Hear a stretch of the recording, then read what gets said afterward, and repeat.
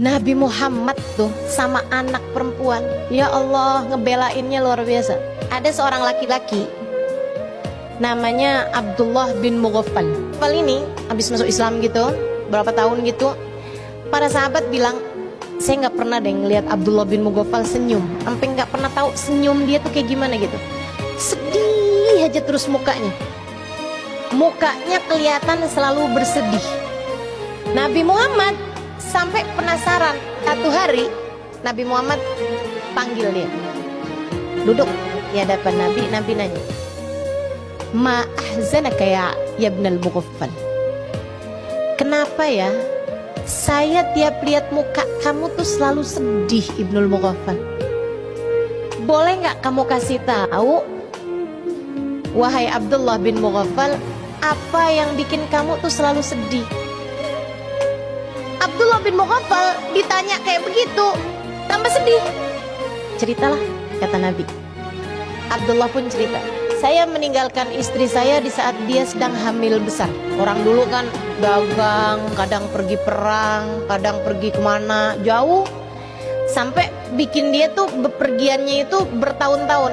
Dia bilang sampai kemudian saya datang bertahun-tahun sesudah itu, mungkin kayak 6 tahunan sesudah itu, saya mendapati istri saya sudah melahirkan anak perempuan. Anak perempuan saya nih Rasul, ceria, menyenangkan, kata-katanya lucu, tingkahnya enak dilihat, cantik, pinter.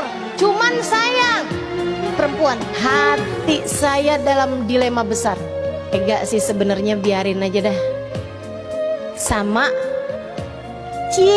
cemen Ibn Mughaffal kagak berani. Dia tuh kan benerannya sebenarnya bukan cowok tuh. Dia nggak berani nguburin anak ceweknya. Dan keegoisan serta kekerasan hati saya membuat saya nggak bisa tahan terhadap hinaan dan cacian dari kaum saya. Hingga satu hari saya pun memutuskan, saya bilang sama istri saya, dandanin anak saya. Istri saya udah paham. Waktu saya bilang dandanin anak saya, dia bilang, istri saya udah bilang, jangan dong Abdullah, jangan dong.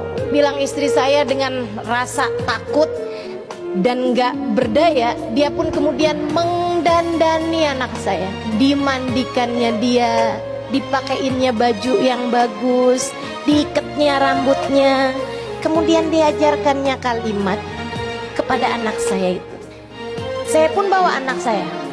Anak saya pertamanya nggak terlalu paham. Kemudian sampailah saya di sebuah bukit yang dimana orang-orang di kampung kami biasa menguburkan anak perempuannya hidup-hidup di situ. Dia bilang, saya pun mulai menggali. Waktu saya mulai menggali itu sempat ada beberapa tanah yang nyangkut di jenggot saya dan anak saya membersihkannya.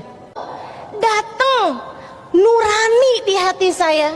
Saya sempat pikir, jangan deh Ibn Mughaffal, jangan deh, kesian bener anak kamu. Tapi tiap kali perasaan itu datang, saya segera membunuhnya. Dengan saya terbayang cacian, makian, ledekan, hinaan dari orang di kampung saya. Dan saya rasanya tidak mampu menanggungnya. Saya pun tarik tangan anak perempuan saya. Dia mulai faham. Dan saat itu juga dia berteriak dengan kalimat yang diajarkan oleh ibunya. Dia bilang, ya abi dhayya'tal amanah, ya abati dhayya'tal amanah. Ayah, jangan kau sia-siakan. Bagaimanapun saya adalah amanat untukmu. Saya amanatmu. Ayah, saya amanatmu. Dhayya'tal amanah, dhayya'tal amanah.